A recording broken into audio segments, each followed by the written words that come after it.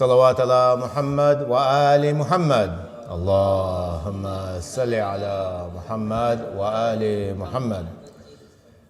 Brothers and sisters, Assalamu alaikum wa rahmatullahi wa barakatuh. Today is the 14th of Dhul Qa'dah. It is the year 1444 after the Hijrah, and we are gathered here today to celebrate the Jashan of our 8th Imam, Imam Ali ibn Musa al-Ridha alayhi salam. Allahumma salli ala Muhammad wa ali Muhammad. He was born on the 11th of Dhul Qa'dah in the year 148 after the Hijrah. This was almost 1300 years ago, 1296 if you're good at math. His imamate began when he was 35 years old in the year 183 after the Hijrah, and his imamate spanned for almost 2 decades. The first 17 of these years was spent in Medina, and the last 3 years were spent in Khorasan, which is in the northeast of present-day Iran. Our 8th Imam was known as Al-Ridha, which means that Allah Almighty and His Holy Messenger were deeply pleased with him. Tonight's program will be as follows. We will begin the program with Tilawat al-Quran with a reading of Surah Al-Fajr. This will be followed by a presentation in Persian and Manqabat in Urdu in praise of Ahlul Bayt. The Jashan will then be addressed by our visiting scholar, and the program will conclude with Salatul Maghribain. Dinner will be served downstairs in the banquet hall after the prayers. Let us begin the program. Brother Ahmad Dasani will be reciting the 89th chapter of the Noble Quran, Surah Al-Fajr. This surah describes the destruction of disbelieving civilizations and condemns those who love wealth and look with disdain upon the poor and the orphans. Please welcome Brother Ahmad to the podium with a salawat ala Muhammad wa ali Muhammad.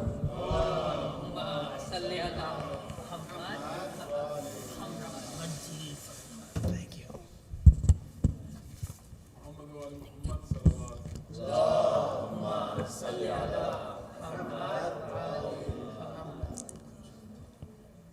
أعوذ بالله من الشيطان الرجيم. بسم الله الرحمن الرحيم. والفجر وليال عشر والشفع والوتر والليل إذا يسر هل في ذلك قسم لذي حجر ألم تر كيف فعل ربك بعاد إرم ذات العماد التي لم يخلق مثلها في البلاد وثمود الذين جابوا الصخر بالواد وفرعون ذي الأوتاد الذين طغوا في البلاد فأكثروا فيها الفساد فصب عليهم ربك سوط عذاب إن ربك لبالمرصاد فأما الإنسان إذا ما ابتلاه ربه فأكرمه ونعمه فيقول ربي أكرمن وأما إذا ما ابتلاه فقدر عليه رزقه فيقول ربي أهانن كلا بل لا تكرمون اليتيم ولا تحاضون على طعام المسكين وتأكلون التراث أكلا لما وتحبون المال حبا جما كلا إذا دكت الأرض دكا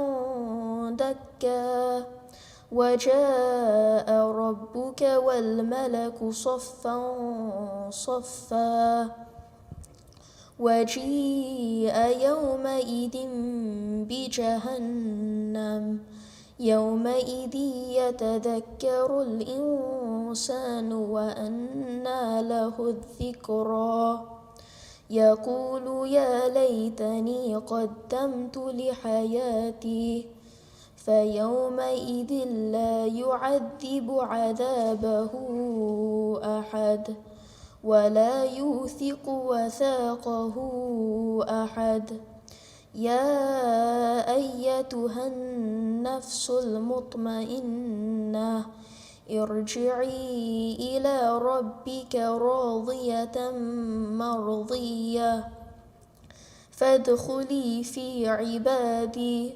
وادخلي جنتي.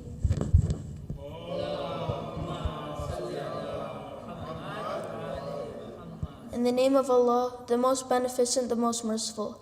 By the dawn, and by 10 nights, and by the even number and the odd, and by the night when it passes, is there not in all that an oath sufficient for one of perception? Have you not considered how your Lord dealt with Ad, with Iram, who had lofty pillars, the likes of whom had never been created in the land, and with Thamud, who carved out the rocks in the valley, and with Pharaoh, owner of the stakes, all of whom oppressed within the lands, and increased therein the corruption. So your Lord poured upon them a scourge of punishment. Indeed, your Lord is in observation. And as for man, when his Lord tries him and thus is generous to him and favors him, he says, my Lord has honored me. But when he tries him and restricts his provision, he says, my Lord has humiliated me. No, but you do not honor the orphan, and you do not encourage one another to feed the poor. And you consume inheritance, devouring it altogether. And you love wealth with immense love. No, when the earth has been leveled, pounded, and crushed, and your Lord has come and the angels rank upon rank, and brought within view, that day is hell. That day man will remember, but what good to him will be the remembrance? He will say, oh, I wish I had sent ahead some good for my life. So on that day none will punish as severely as his punishment, and none will bind as severely as his binding of the evildoers.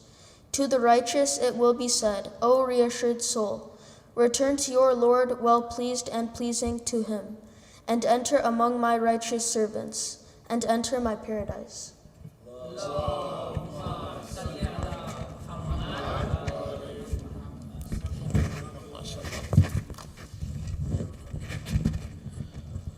MashaAllah, beautiful recitation. For the health and safety of Brother Ahmad Dosani and his family, please recite as-salawat ala Muhammad wa ali Muhammad.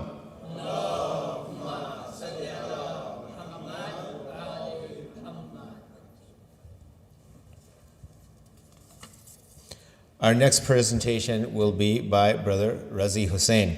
He will be reciting in Persian, and the translation will be on the screen, inshallah. Please welcome him to the podium with a salawat ala Muhammad wa ali Muhammad.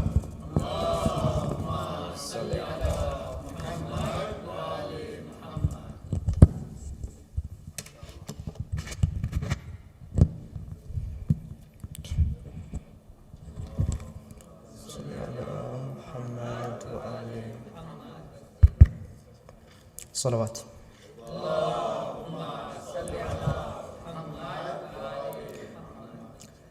Assalamu alaikum wa rahmatullahi wa barakatuh. Wiladat of our 8th Imam, Imam Ali ibn Musa Raza alayhi salam, Mubarak.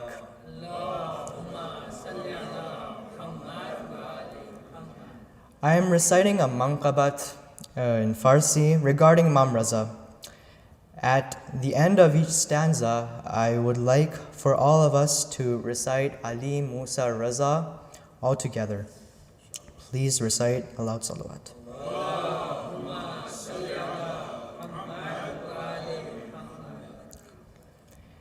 ای صفای قلب زارب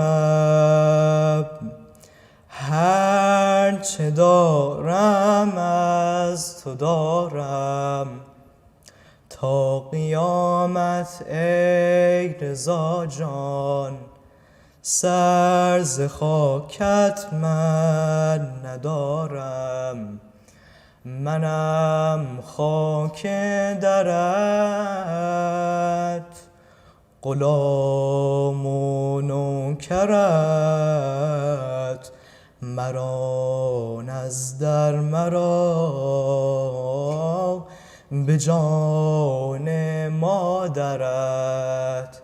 علی موسی رضا، علی موسی رضا، علی موسی رضا، علی موسی رضا. Together.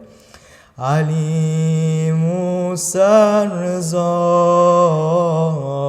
علی موسی رضا،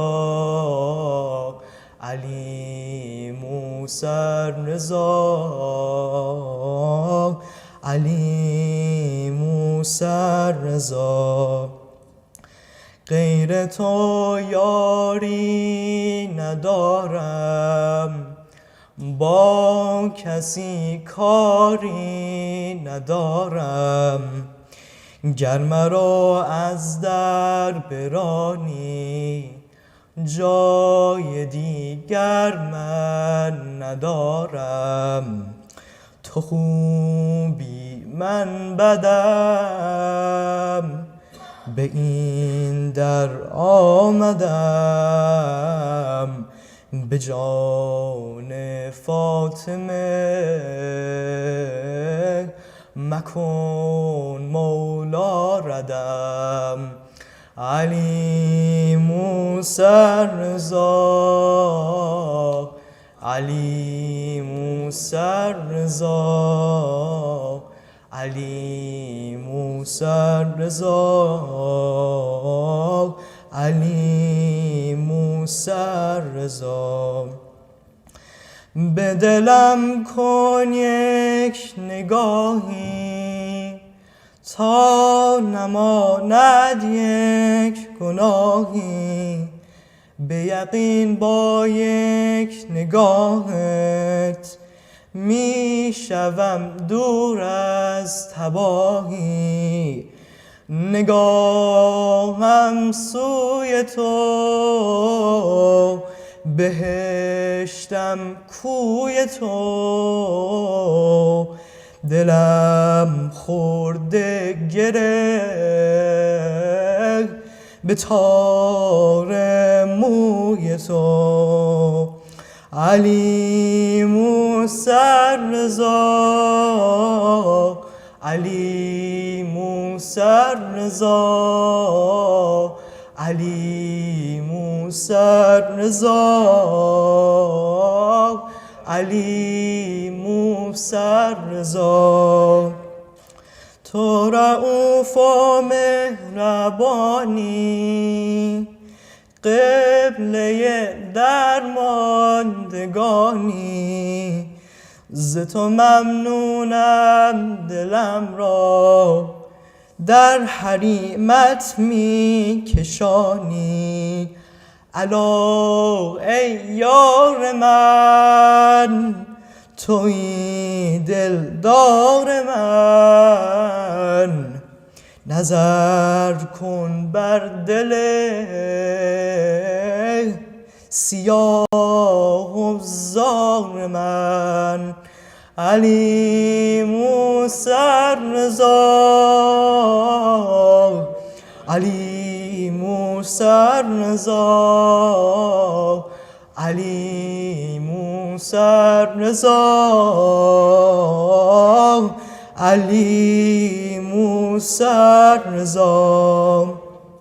جان به قربان نگاهت، دل فدای روی ماهت، سینه بگشا تا بیایم ای رضا جان در پناهت.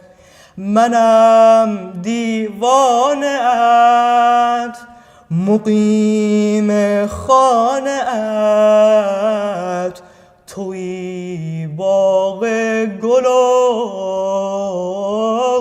منم پروانه ات. Ali Musa Rizwa,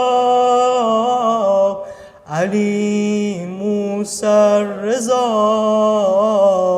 Ali Musa Rizwa, Ali Musa Rizwa, Ali Musa Rizwa, Ali Musa Rizwa, Ali Musa Rizwa, Ali Musa Rizwa. Salawat.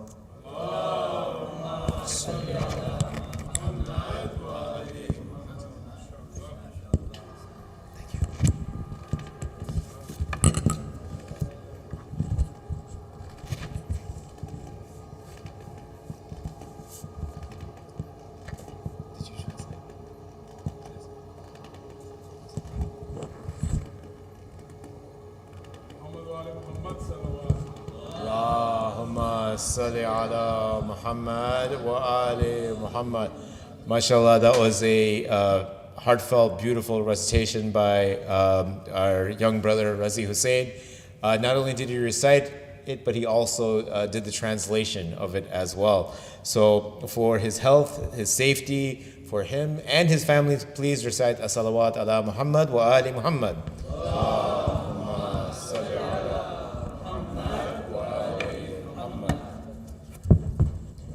I would like to now invite Brother Sajjad Zaid to the podium for a recitation of Manqabat in Urdu. Please welcome him to the podium with the loudest of your salawat ala Muhammad wa ali Muhammad.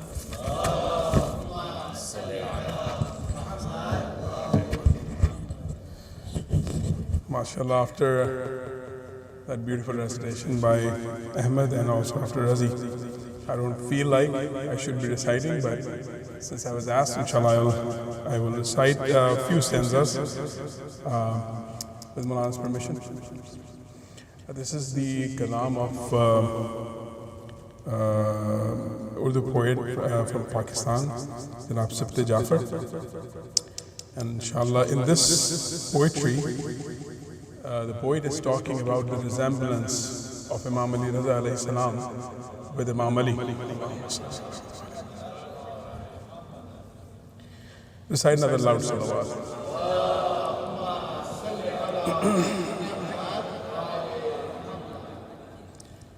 Naam shakl aur seerat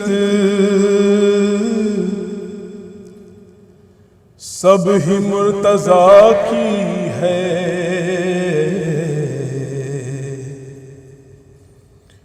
نام شکل اور سیرت سب ہی مرتضیٰ کی ہے. نور کبریا کا ہے خاک ہے نہ خاکی ہے. نام ہے علی ان کا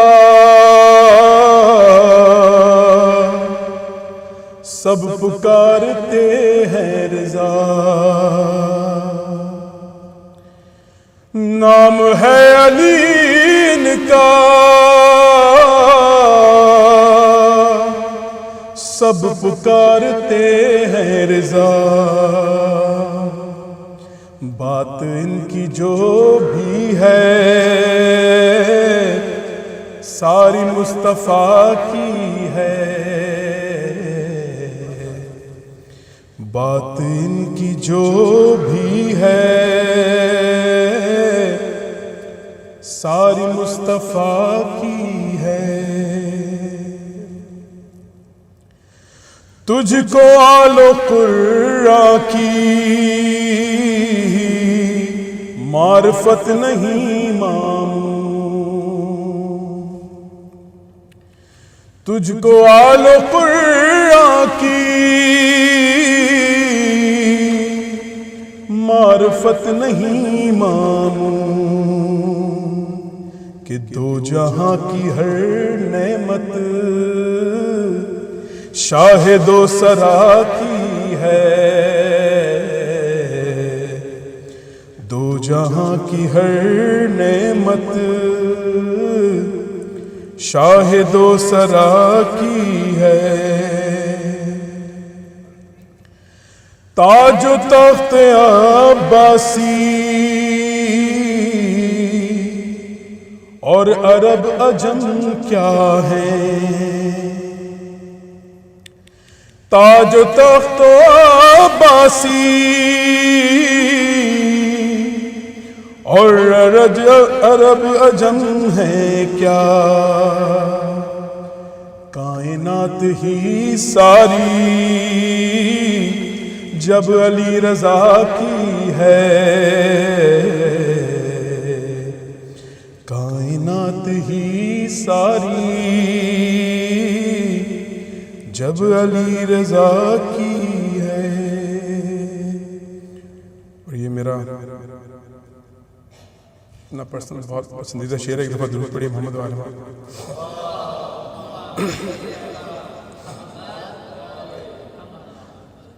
دیر تو لگی ہوگی مسترد ہوئی نہ کبھی، دیر تو لگی ہوگی مسترد ہوئی نہ کبھی، آپ کے وسیلے سے جب کبھی دعا کی ہے، آپ کے وسیلے سے جب کبھی دعا کی ہے۔ درود پڑھیے محمد وآل محمد۔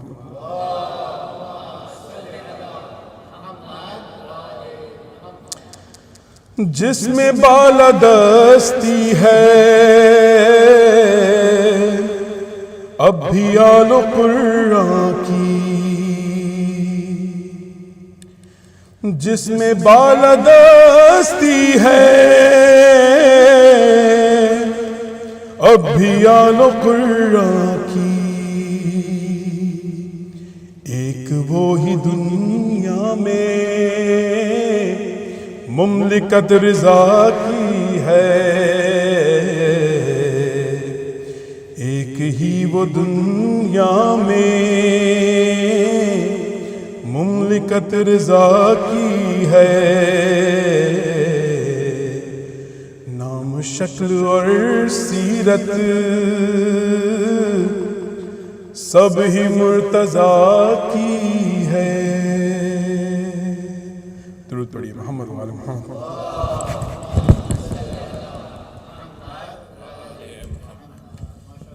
MashaAllah. Thank you, Brother Sajjad. For the health and safety of Brother Sajjad Zaidi and his family, please recite aloud salawat ala Muhammad wa ali Muhammad.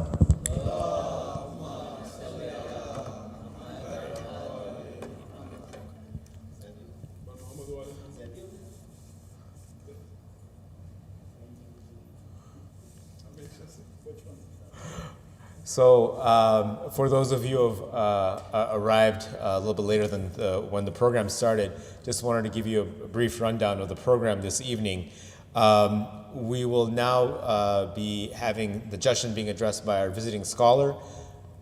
Salatul Maghribain will be done at peak time of 8:38 p.m. And following the Salah, we will be having dinner downstairs in the banquet hall. Before I invite Maulana to the podium, I would like to acknowledge tonight's sponsors. Tonight's sponsors are the family of Marhum Roshan Ali Chakpar. The Chakpar family requests that you remember the marhumeen of your family and the marhumeen of their family, particularly Marhum Roshan Ali Chakpar and Marhum Shabir Chakpar, with a Surah Fatiha preceded by a salawat ala Muhammad wa ali Muhammad. Allahumma salli ala Muhammad wa ali Muhammad.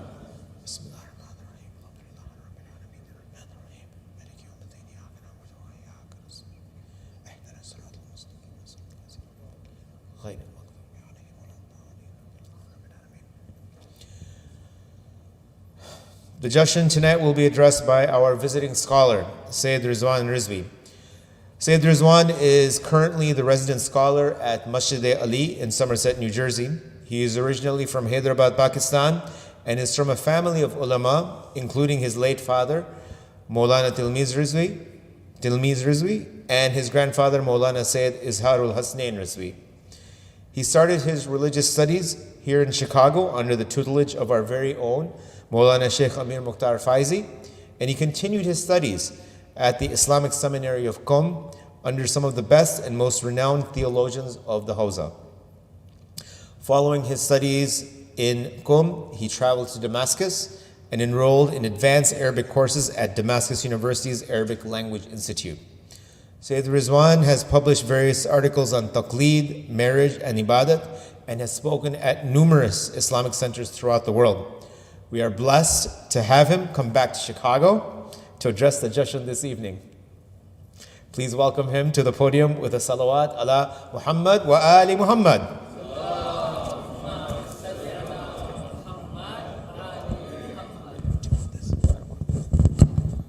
Make me look taller.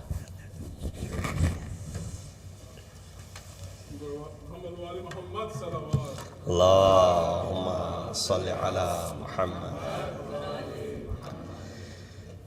أعوذ بالله من الشيطان الرجيم بسم الله الرحمن الرحيم الحمد لله الذي قصرت عن رؤيته أبصار الناظرين وعجزت عن نعته أوهام الواصفين الحمد لله رب العالمين الصلاة والسلام على أشرف الأنبياء والمرسلين خاتم النبيين أبي القاسم محمد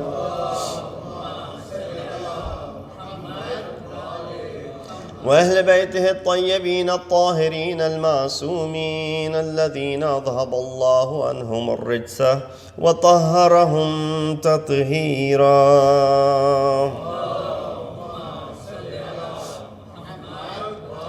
أما بعد فقد قال الله تبارك وتعالى وقوله الحق وهو أصدق القائلين بسم الله الرحمن الرحيم وعد الله المؤمنين والمؤمنات جنات تجري من تحتها الأنهار خالدين فيها ومساكن طيبة في جنات عدن ورضوان من الله أكبر ذلك هو الفوز العظيم صدق الله العلي العظيم.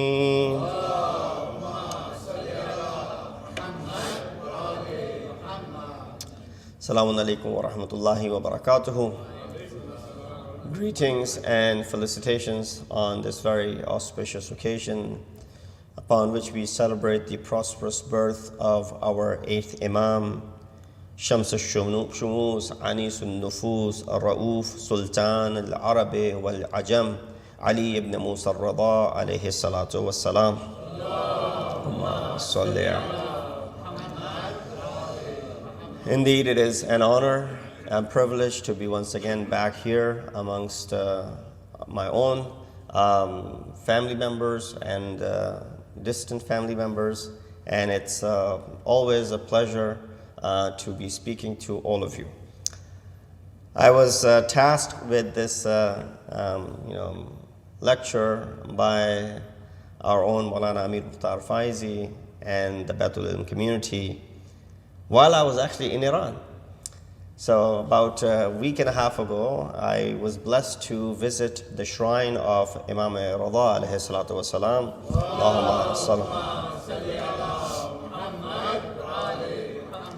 And that's where I get a message from Brother Jawad. I believe that he texted me, Maulana, will you be available to address the gathering here, as Maulana himself is also going for ziyarah or has gone for ziyarah.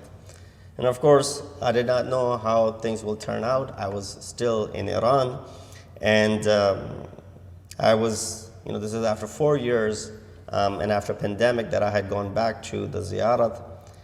And as we entered the haram of Imam Ridha, this thing came to my mind once one of our teachers, while addressing and speaking about the wiladat of Imam, he said, we recite this segment in the ziyarat of Imam Ridha, Ya Gharib al-Ghuraba.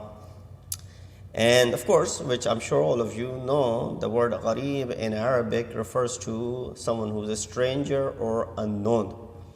And the reason Imam is referred to as Gharib al-Ghuraba is because he was a stranger in Khurasan, in Tus, and no other family member had traveled that far away from their place of their birth, which is Medina. And he was the first one to travel all the way toward the east of Persia and in Marv, in present-day Mashhad, in Tus, in Khurasan. And therefore, in his ziyarat, we recite, Ya Gharib al-Ghuraba, oh, the one who's unknown and stranger in that land of strangers.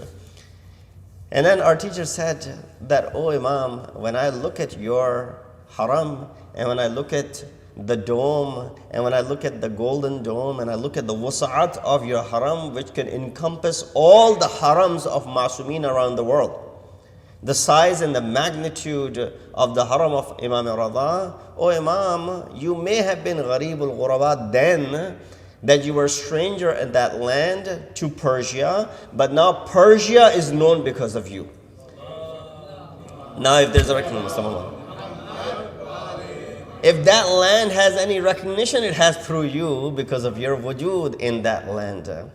And where is this strangeness, oh Imam? You are the Imam of Ra'uf, and you are the Imam of Arab and Ajam. So of course, I wanted to share this as Alhamdulillah, I had the opportunity and I was blessed to travel and do the ziyarah. And I hope the same for all of you, that Allah subhanahu wa ta'ala blesses you with the visitation, ziyarat of all Aimma Athar, especially Imam Ra'uf, Imam Ridha, alayhi salatu wassalam. Salawat ala Muhammad wa ala. In about 40 minutes that I have, I wanted to share under this ayat which I had recited from Surah Tawbah, ayat number 72. Allah subhanahu wa ta'ala in this ayah speaks and makes a promise to mu'mineen and mu'minat. وَعَدَ اللَّهُ الْمُؤْمِنِينَ وَالْمُؤْمِنَاتِ, that Allah has made a promise to the believing men and the believing women. What is the promise?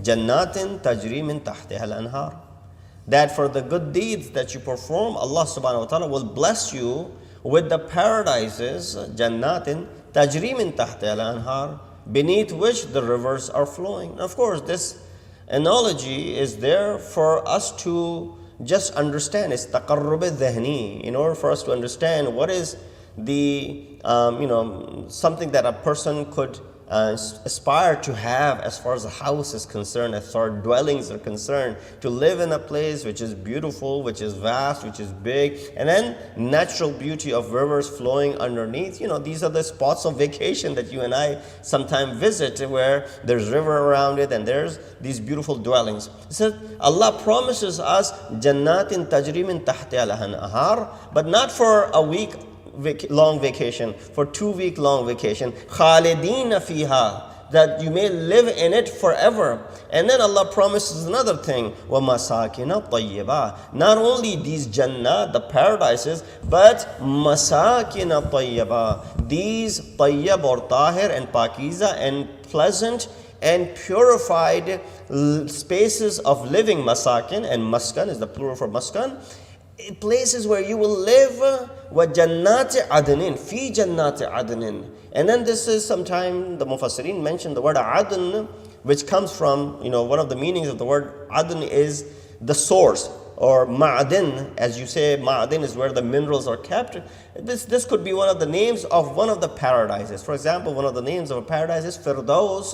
Adn could be a name of a specific place that is found in the paradise. So Allah promises what to mu'mineen and mu'minat? The paradise in which you will live forever. And then those purified places of living in the specific Jannat known as Adn. These are all the favors that Allah subhanahu wa ta'ala is promising to you in the hereafter. But then the ayah changes. وَرَضْوَانٌ مِّنَ اللَّهِ أَكْبَرُ. But yet the pleasure of Allah subhanahu wa ta'ala is superior. ذَلِكَ هُوَ الْفَوْزُ الْعَظِيمُ. And indeed this is the greatest of the achievements. He said, what is the discussion here? Initially Allah mentions, and I chose this ayat because of the title of Ali ibn Musa is Ar-Ridha, and the word Ridwan is conjugated from the same root. We see that Allah subhanahu wa ta'ala gives us the promise of something in which we physically will live. Our physical bodies will live in these paradises, in these jannat, in these places where there will be rivers will be flowing. So that's as far as the physical ability and the physical, being of individual will rest in these places. So as far as the physical benefits and the favors of Allah subhanahu wa ta'ala is concerned, he mentioned that initially. But then when he says وَرَضْوَانٌ مِّنَ اللَّهِ أَكْبَرُ, that the radayat and the satisfaction of Allah subhanahu wa ta'ala is superior, this radayat has to do with your soul. The residence has to do with your body, and the satisfaction of Allah subhanahu wa ta'ala has to do with your soul. Therefore, the ni'mat of your soul are far superior than the ni'mat of your body. The ni'mat that your body can attain has limitation, but the ni'mat that your soul can attain has no limitation, in other words. Why? Because your soul is the leader and your body is the follower. Allah subhanahu wa ta'ala created the soul to be what? To be the one which commands, while the body is the one which is being commanded. You get pleasure of eating something physically. You eat something and you get a pleasure out of it. You see a place, you get a pleasure out of it. These are all physical pleasures that you get. And that's what Allah subhanahu wa ta'ala promises initially. But then when he says, وَرَضْوَانٌ مِّنَ اللَّهِ أَكْبَرُ, he speaks about the pleasure of your soul and your nafs. Let me give you an example of a pleasure of your soul and nafs. How can you understand that? Well, imagine you haven't seen your relative for a long, long time. Or, for example, you live here and your parents live back home. Now, after a few years, your parents make a journey to come and see you over here. The moment you see them in person, when you pick them up at the airport, that feeling, that pleasure that you gain inside by looking at them and laying your eyes onto them. Or someone that you had, for example, had lost and you weren't able to find them for quite some time, and then now you see them. Or some sort of formula that you were trying to decipher and work on for many, many months and years, and finally you're able to solve that problem. The pleasure that you gain out of after that, that is the pleasure of the soul which is being referred to over here. So he says, ذَلِكَ هُوَ الْفَوْزُ الْعَظِيمُ. All of this collectively, dwelling in the paradise and then the pleasure of your soul, these are all what? This is the fawz, and this is the achievement that is the greatest of the achievements. Sallu ala Muhammad wa ali Muhammad.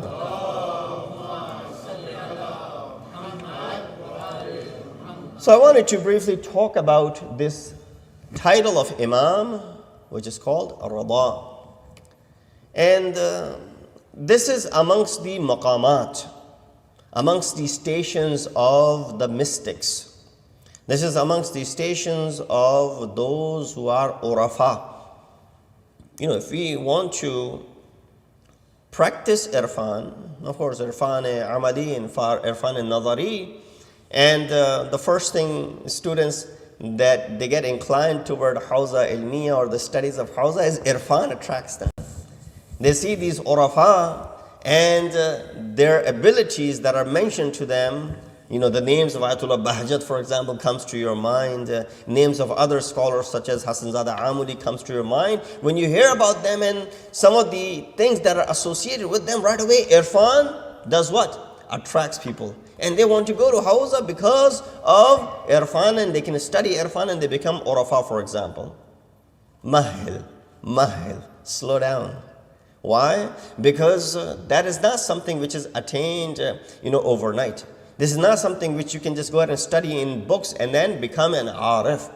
This has something to do with someone's internal ability and essence to be able to prepare themselves for years before they can become a true mystic. So therefore, it might seem like very attractive and we want to become one. Someone came to Qadi Tabatabai, who was the teacher of Allama Tabatabai, one of the greatest of the scholars and Urafa. He said, I want to learn Sayro Suluk. Sayro Suluk is another name for, the wayfarer toward Allah subhanahu wa ta'ala.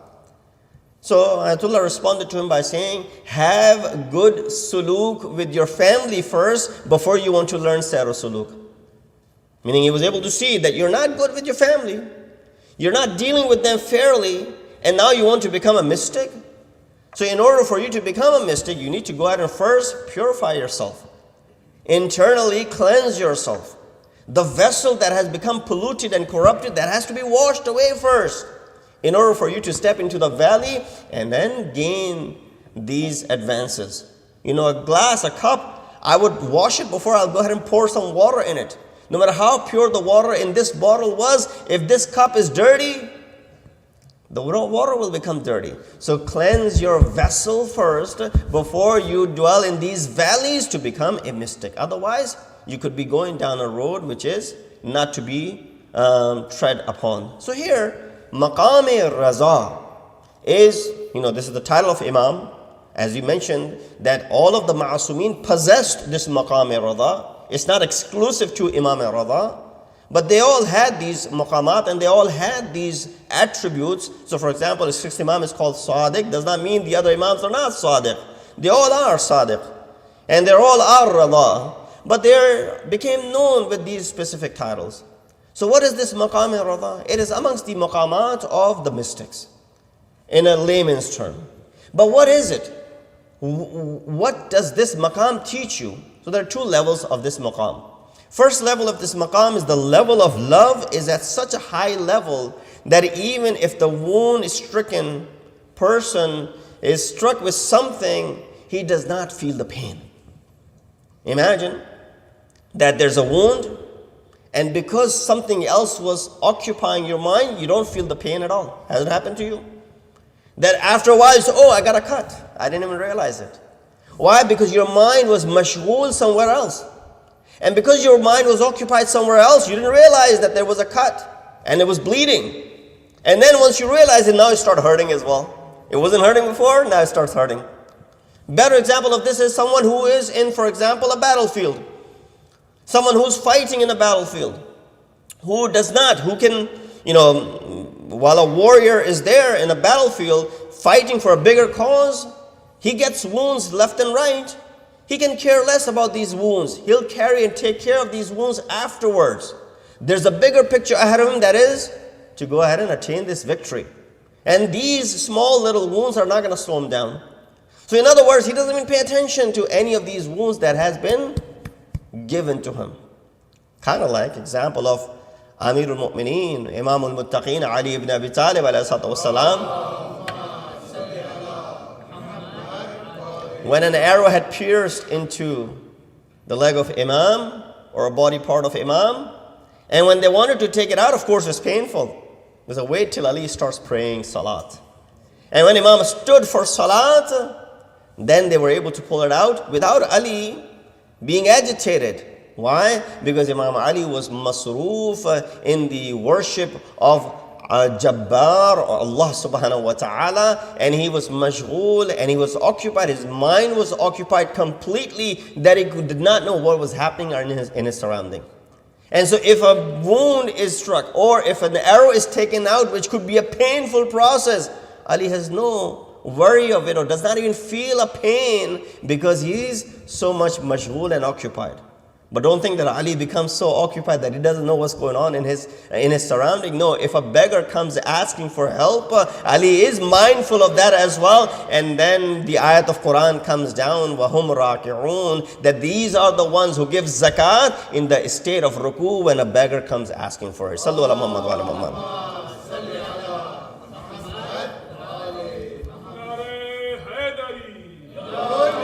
So when you become busy in viewing the Jamal of Allah subhanahu wa ta'ala, and you are awe-inspired by the jalal of Allah subhanahu wa ta'ala, then you don't feel this pain that is being inflicted upon you in this state.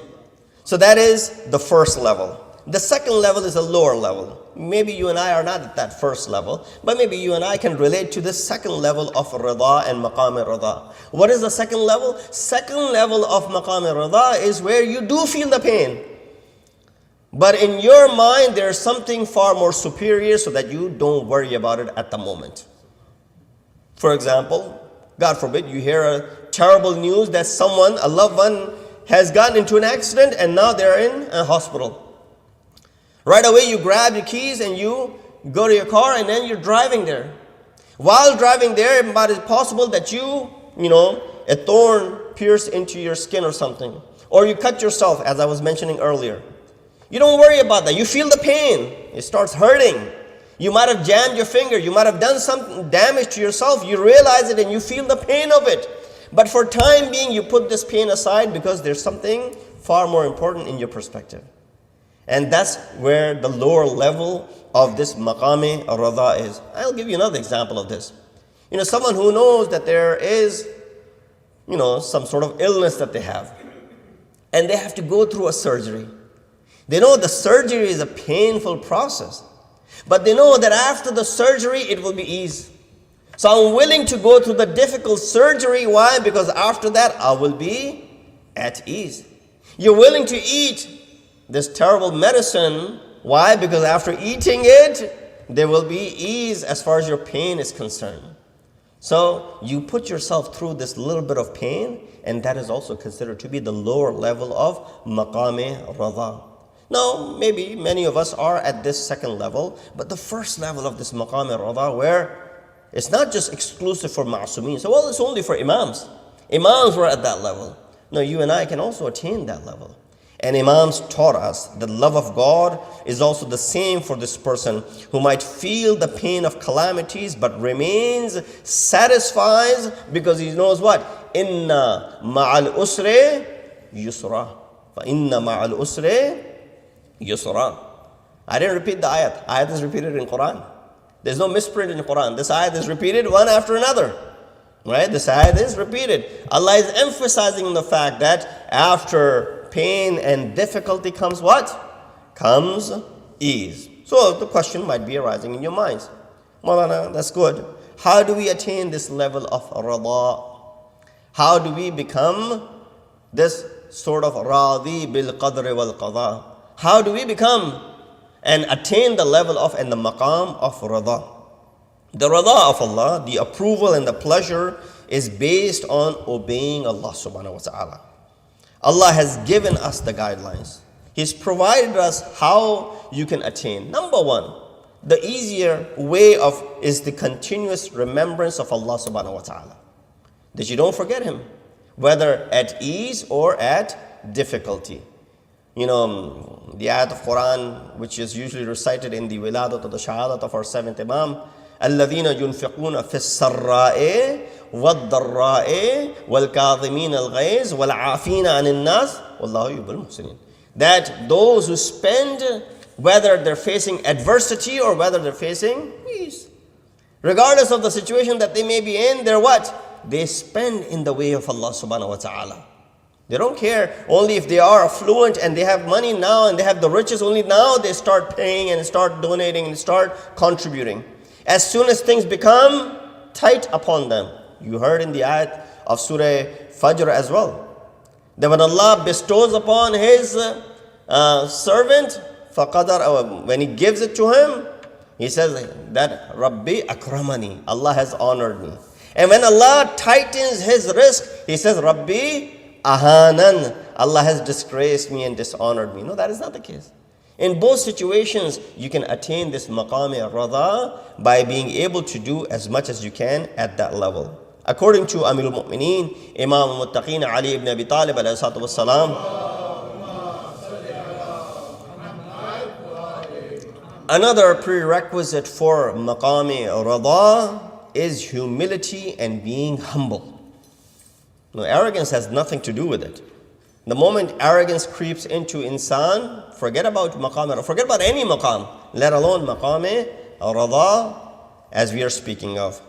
Understanding this fact, with our displeasure, nothing will change. If Allah has decreed something upon us, it is inevitable that it will take place, regardless of how much we agree or disagree with it. If we agree with it, at least we are in agreement with Allah subhanahu wa ta'ala, and we are seeking His pleasure. But if you disagree with it, what Allah has done to us or what Allah has caused to happen to us, does that change anything? It doesn't change anything whatsoever.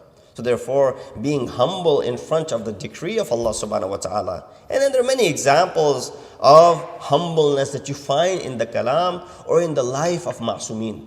Just look at the example of our 8th Imam. When he made this journey from Medina to Marv, right? On the way, he was the guest of the king, not an ordinary person. A king has invited him. So he's traveling with all Jaho Hasham. He's traveling with guards, he's traveling with servants, he's traveling with all this entourage that is with him. Yet Imam, look at the humbleness of Imam. When it comes to time for eat, Maulana, your table is separate right here, reserved. You sit with the elderly over here. And then everybody else is over there. No. Imam said, I'll sit with everyone. Imam said, bring the slaves. Imam, we have a separate place for you, up over here. Imam said, no, this is not what I have been created and sent here for, to cause difference between me and other beings. Imam sits with the slaves, and he's ham luqma with the slaves. Sits with them. This is where you find the utmost level of humbleness Imam is portraying through his actions. Kunu du'atan linnasi bighayri alsinatikum. Call people toward Allah subhanahu wa ta'ala without having used your tongue. That's what Imam did. Without having used his tongue, he's showing his character that this is humbleness. I'm not arrogant. I could enjoy all the benefits I want because I'm the guest of the king. But that's not what I'm sent here to do. Also, you find that once Imam was in hammam, there were these public hammam and the places of bath. Imam was there, and there was this man who didn't recognize Imam. He said, Dalliqni ya rajul, or subalayya al-ma. Oh man, can you pour some water on me, or can you rub the soap on my back? It's hard for me to reach. And Imam started rubbing on his back, and he poured the water. Another man who recognized Imam walked past there, and he says, oh man, do you know who this man is? This is the son of Rasulullah. This is the Imam of the time. Right away, this man who had asked Imam to do this thing, he felt ashamed. He said, Yabna Rasulillah, hala asaytani idha amartuka. Why didn't you stop me when I had asked you to do something like this? Imam responded by saying, why should I refuse? You gave me an opportunity to gain thawab. You want me to let go of that thawab? While Imam does not have any limitations of gaining thawab, he's showing people that this is how you deal with your community. This is how you deal with people. There's no job small or little as far as you are serving someone, whether it be with millions of dollars, by doing something great, or just a small gesture of rubbing someone's back and pouring water for them. Sallu ala Muhammad wa ali Muhammad.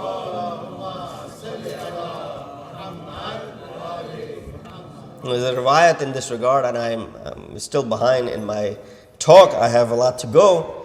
In Musakkim al-Fu'ad, there's a riwayat which is from Rasulullah that on the Day of Judgment, I'll skip the Arabic, I'll just read and explain the riwayat, that there will be a group of people from my ummah who will be given these wings, and then they'll fly directly to the paradise. And when they fly directly to paradise, they will be stopped or questioned on the way as they're flying direct flight. That, did you go through hisab? They respond by saying, no, we didn't go through hisab kitab. They'll be questioned, did you pass through sirat? They'll respond by saying, no, we didn't pass through sirat. We didn't have to go through Hisab Kitab. We didn't have to go through Sirat. Hal ra'aytum Jahannam? Did you see Jahannam? He said, no, we didn't see Jahannam either. فَيَقُولُونَ مَا رَأَيْنَا شَيْئًا. We didn't see any of that. We took a direct flight to the paradise. And then these malaika will say, فَتَقُولُ مَلَائِكَ مِنْ أُمَّةٍ مَنْ أَنْتُمْ. Whose ummat do you belong to? They'll respond by saying, فَيَقُولُونَ مِنْ أُمَّةِ مُحَمَّدٍ صَلَّى اللَّهُ عَلَيْهِ وَآلِهِ وَسَلَّمَ.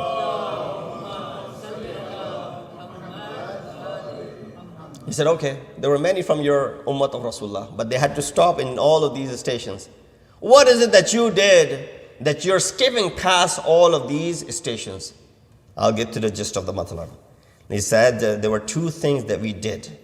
That is the reason we didn't stop at Sirat. We didn't stop at Hisab Kitab. We didn't have to go through any of this. We didn't see Jahannam. We didn't see anything. We are going directly to paradise. There were two things that we used to do. إِذَا خَلَوْنَا نَسْتَحْيِي أَن نَعْصِيَهُ وَنَرْضَى بِالْيَسِيرِ مِمَّا قُسِمَ لَنَا فَتَقُولُ الْمَلَائِكَةُ حَقٌّ لَكُمْ هَذَا. He said there were two things that we used to do. Number one, when we were in by ourselves, meaning privately, without anyone seeing us, we had the fear of Allah subhanahu wa ta'ala to sin against Him. Right? You and I can refrain from sinning when we are here in the gathering of all the people watching us. When we know that there's a surveillance camera watching us, we will be at our best of the behaviors. But when we are without anyone watching us, thinking that no one's looking, then shaitan will creep into our mind and will try and mislead us, and therefore we might commit something which is haram. He said, إِذَا خَلَوْنَا, when we were by ourselves, نَسْتَحْيِي أَن نَعْصِيَهُ, we would be ashamed of sinning against Allah subhanahu wa ta'ala privately, وَنَرْضَى بِالْيَسِيرِ, and we were radhi. We had the maqam radha. We were radhi with whatever Allah subhanahu wa ta'ala had given to us. He said, yes, if you did these two things, then it is haq upon you to go past all of these maqamat and go straight to paradise. Sallu ala Muhammad wa ali Muhammad.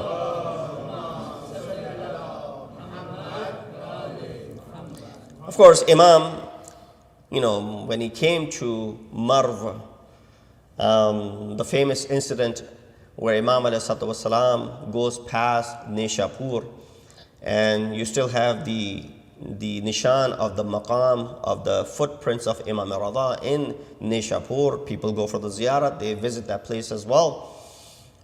And the famous incident that had taken place at that maqam, I'm sure all of you have heard it many times, just a takrar of it, with one specific point from it. From a scholar of a Sunni scholar by the name Imam Ahmad ibn Hanbal. He writes about it. He says that Imam, when he was going through, there were hundreds and thousands of scholars gathered. Ulama, tullab, they gathered. And they asked Imam, oh Imam, narrate something from your forefathers. Imam, of course, obliged. He narrated this hadith, which is called Hadith Silsilatud Dhahab, of golden chain. Imam said, Haddasani Abi, Imam al-Kazim, and from him, my grandfather Abihi, Masalan, Imam Jafar al-Sadiq, and Abihi, Imam Muhammad al-Baqir, and Abihi, Aliyun Zainul Abidin, and Abihi, Hussein ibn Ali, and Abihi, Ali ibn Abi Talib, and Rasulullah, and Jibreel Amin, and Allah Ta'ala yaqul kalimatu la ilaha illallah hisni. That the kalima La ilaha illallah is my fort, is my qila. فَمَنْ دَخِلَ حِسْنِي أَمِنَ مِنْ عَذَابِي. Whoever enters my fort will be safeguarded from my adhab. Imam narrated this hadith. Imam Ahmad ibn Hanbal says that this chain of narrators, which involves Imam Radha, his father 7th Imam, whose grandfather 6th Imam, then 5th Imam, 4th Imam, 3rd Imam, 1st Imam, Rasulullah, Jibreel Amin, and directly from Allah subhanahu wa ta'ala, has zero غير معصوم in it. From Jibreel to Imam Ridha, all are masoom. Therefore, there isn't a chain of transmitters that is better than this. That is why it's called hadith silsilatul dhahab, with a golden chain. He said, if you recite this hadith, this only the chain of narrators onto someone who's majnoon, by God, they will become to their senses and they will lose their insanity and they'll become sane again. This is Ahmad ibn Hanbal narrating this. Imam, once he narrated this hadith, he moved forward. People thought hadith was complete. Imam stopped again and he says, بِشَرْطِهَا وَشُرُوطِهَا. Yes, the kalima la ilaha illallah, if you utter from your tongue, Rasulullah says, قُولُوا لَا إِلَهَ إِلَّا اللَّهِ تُفْلِحُوا, say la ilaha illallah and you'll be successful. He said, if you say kalima la ilaha illallah, good, but there are conditions to this kalima as well. وَأَنَا مِن شُرُوطِهَا. And one of those conditions of the acceptance from you of la ilaha illallah is that you acknowledge my vilayat and you recognize my vilayah. Salawat ala Muhammad.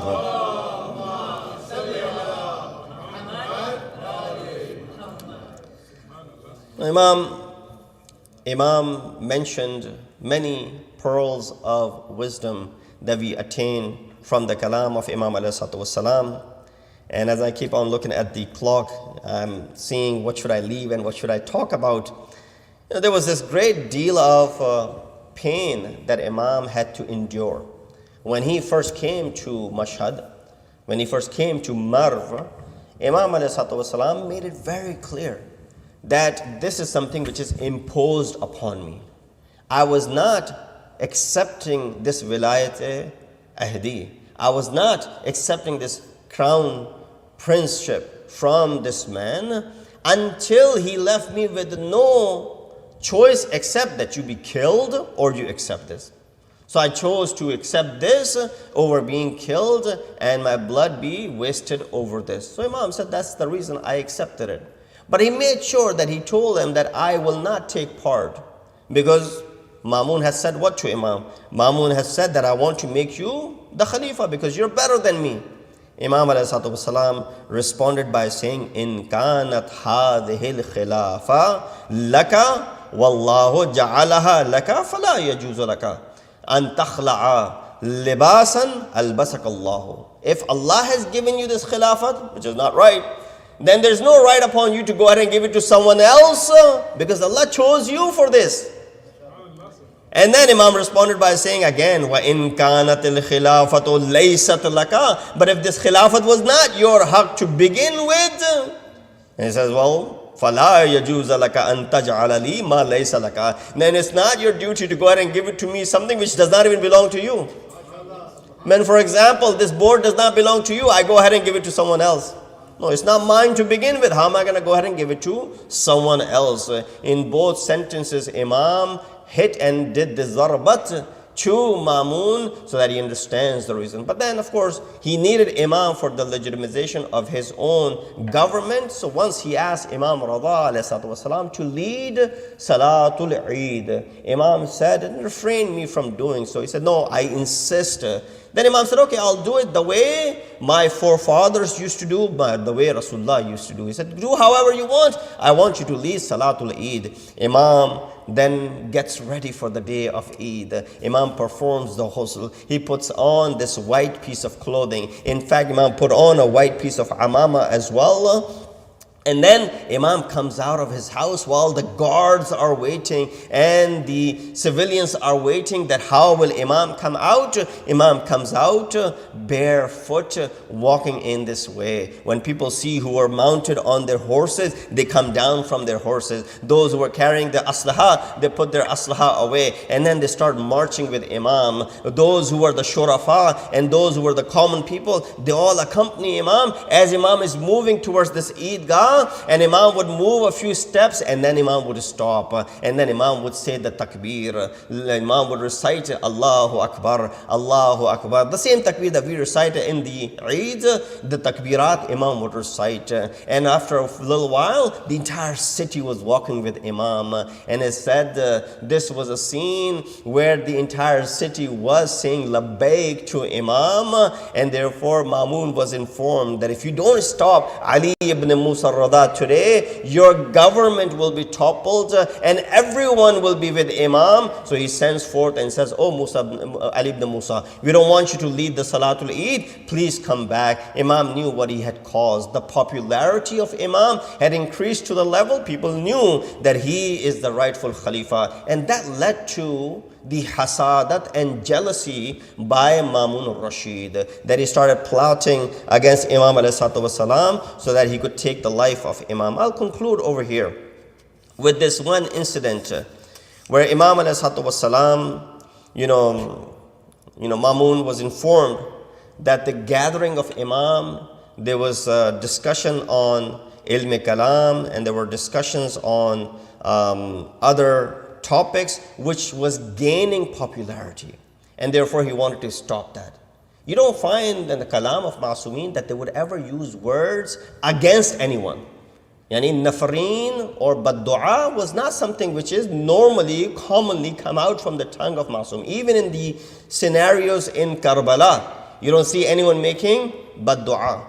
But we see what Imam said this. When Mamun stopped these gatherings of kalam, Imam said, Ya Badi'u, Ya Qawiyu, Ya Mani'u, Ya Aliyu, Ya Rafi'u, Salli ala man sharrafta salat bis salati alay, wantaqim li mimman zalamani, vastakhaffa bi, wa tarada shi'ata an babi. Imam said, Oh Allah, who's Qawi, who's Badi, who's Mani, who's Ali, who's Rafi, send salutations on the one upon whom those who deserve the salutations, and then take revenge from the ones who are depriving us of our rights.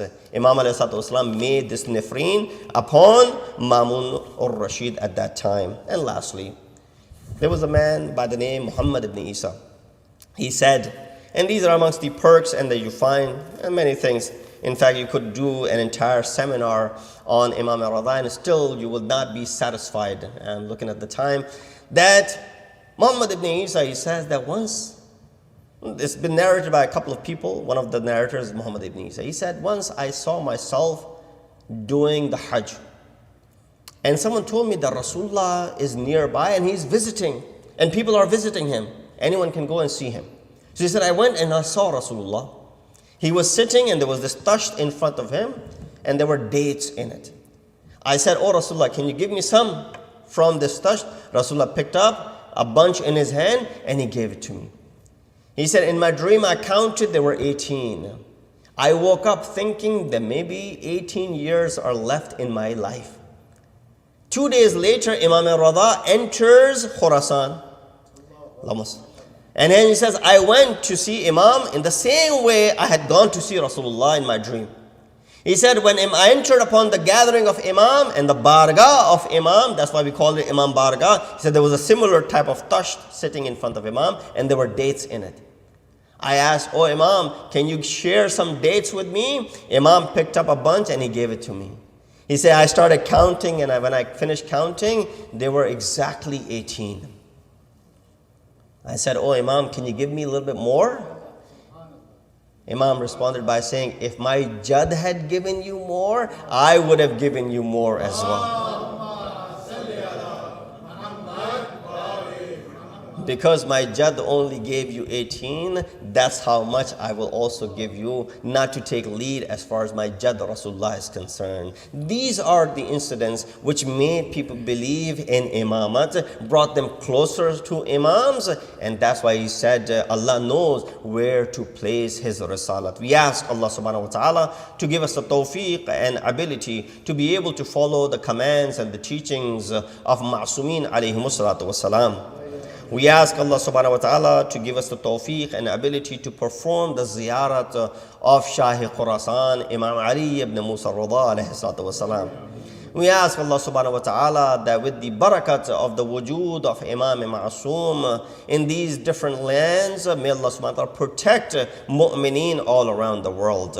We ask Allah subhanahu wa ta'ala to protect these maqamat muqaddasah. We ask Allah subhanahu wa ta'ala to protect our ulama i'lam. We ask Allah subhanahu wa ta'ala to hasten the reappearance of our weighted Imam and make us amongst the helpers and the soldiers of Imam. Wa akhiru dawana and alhamdulillah rabbil alameen. Inna Allah wa وملائكته يصلون على النبي يا أيها الذين آمنوا صلوا عليه وسلموا تسليما.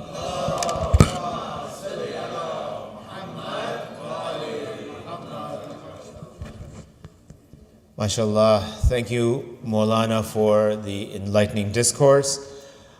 We pray for Maulana and his families for his continued blessings, his safety, his health. Please recite aloud salawat ala Muhammad wa ali Muhammad. Allahumma salli ala Muhammad wa ali Muhammad.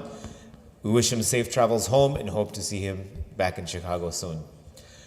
The time for Salat al-Maghrib is at 8:38. It is currently 8:36. If I can have the brothers please stand up and help move the chairs from the main hall to over there on that side, and we'll inshallah get started soon.